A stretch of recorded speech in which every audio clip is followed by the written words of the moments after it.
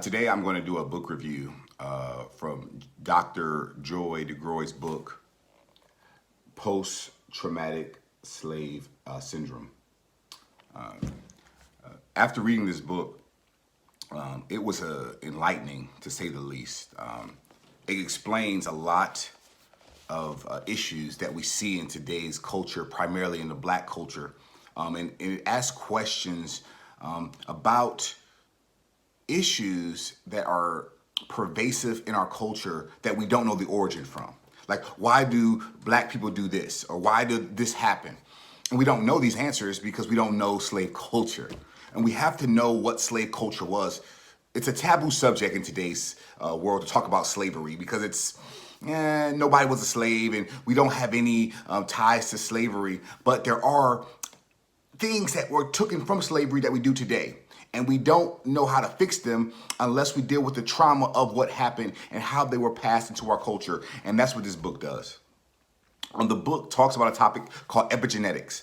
Epigenetics means that trauma can be transmitted in your DNA, or trauma alters your DNA so they can be passed down to your children to the third and fourth generation. So the legacy of you having experienced trauma, you won't have any effects on it, it's not true. You can genetically pass on trauma through the field of epigenetics. And Dr. Degrui explains this in very articulate, easy to understand ways of how this impacts and this trauma and the effects of it. I'll give you a few examples of how this trauma is passed down. During slavery, children could be sold when they had any signs of maturity or any signs that they were producing or growing quickly.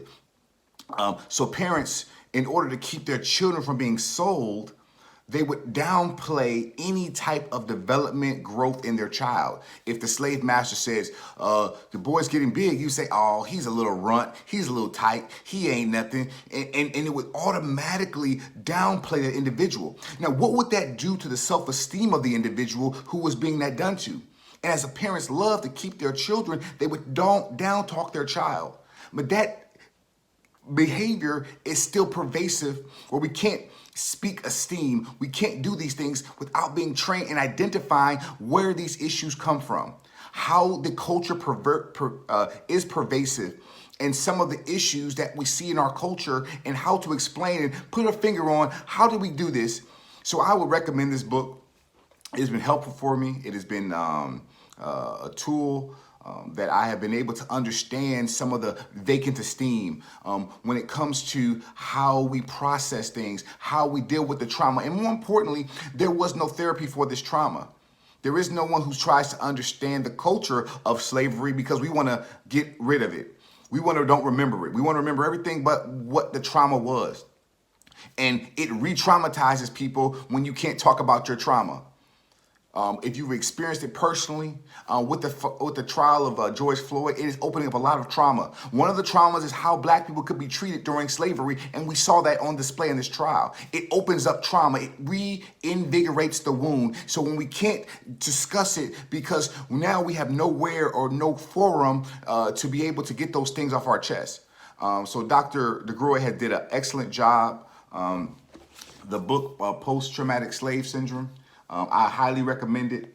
The information in here will change your life. It has changed mine.